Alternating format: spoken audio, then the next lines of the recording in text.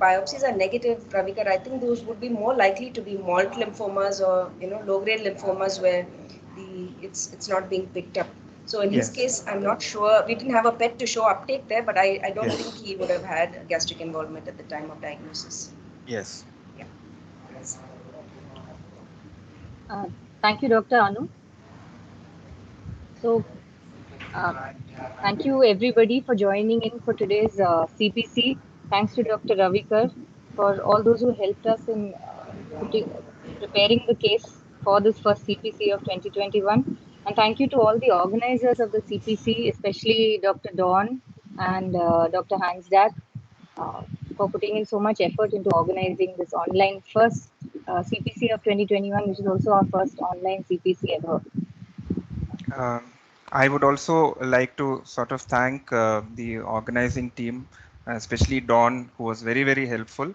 Thank you very much, Tina and Nalini. I had a number of doubts, which you always doubts in terms of some missing investigations or some missing bits of history, which you really helped me with. And I would really like to thank all my teachers who have been here. And I feel that whatever I have presented today is all what I have learned from my teachers who've been here and who have sort of contributed now, and I am very grateful for whatever I have learned all these years from all of you. Thank you. Just to continue the theme of thanks. Can I ask a very ignorant question? Why did he have such profound lympho?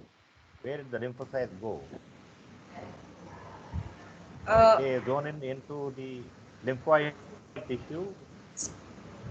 So in lymphoma, sometimes in advanced stage, that lymphopenia is a very poor prognostic marker. It's actually described better in Hodgkin's lymphoma, but where it's actually it's one of the markers in the prognostic index, the lymphopenia. I'm not sure in the NHLs. Is it a reduced production of lymphoid cells or forming in of lymphoid cells into the lymphoid lesion? Do we know? I'm not sure, sir. In the peripheral blood, mostly would be T cells, so I don't know about the homing and whether that's the reason, but it's plausible, especially in a T cell lymphoma.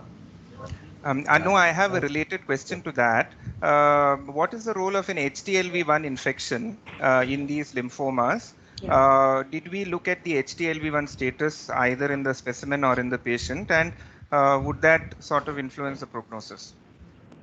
There are certain in peripheral T cell lymphoma itself, HTLV1 is not one of the usually positive. But as far as prognosis goes, they are much more aggressive. They are more seen in the Far East. We have had two patients from the northeast Bhutan area who've had HTLV1. They usually present with a lymphoma with a leukemic presentation also. They have these flower-shaped cells in the leukemic cells, the leukemic T cells.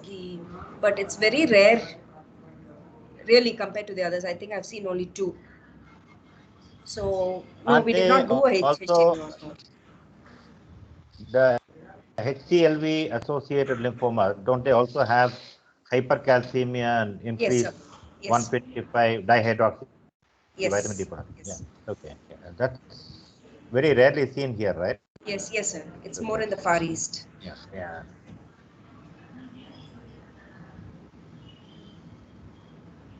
Thank you very much. That was a nice feast. Thank you. Thank you, guys, for inviting us.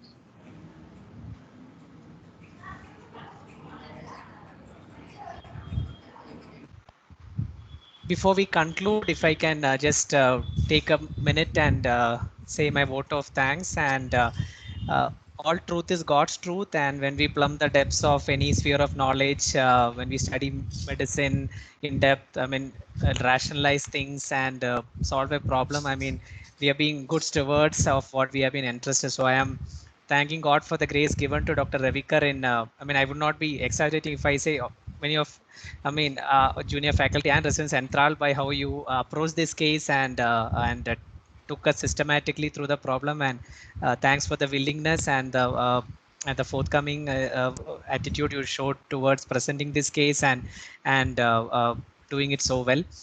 To Dr. Tina and Dr. Nalini, Dr. Tambu, and the entire Medicine 2 team who organized this case and gave it to Dr. Ravikar on time so that he could prepare well. I mean, there's a lot of effort which went into it, and especially Dr. Tina who put up with all my nitty-gritty persistence about certain things. So I mean, thanks a lot, and may in the coming months, I mean, God help us to continue showcasing our wealth of knowledge, so that it be a help to many people around. And I want to thank all our the respected alumni, our dear professors who agreed to join, graciously agreed to join, even though we called them at the last moment, especially Dr. Dilip Mathai, Dr. Kurian Thomas, Dr. George John, Dr. M.S. Sheshadri. Thanks a lot. I mean, we are continuing to learn from you, and please continue to attend our monthly CPC, which we are planning to conduct every month. To all our department heads, our professors, and thanks to Medicine 4 team, Dr. John Davis, Dr. Divya, Dr. Manna, Dr. Tarun, and our boss, Dr. Samuel, whose vision and planning has been the impetus for all that which has happened today, and all the residents who attended the poll and today's clinical meeting. Thanks everyone. Our faculty from other departments, Dr. Anu, for all our insights, Dr. Aparna and Dr. Santosh, who graciously agreed to attend. Thanks once again, and have a good evening. Thank you.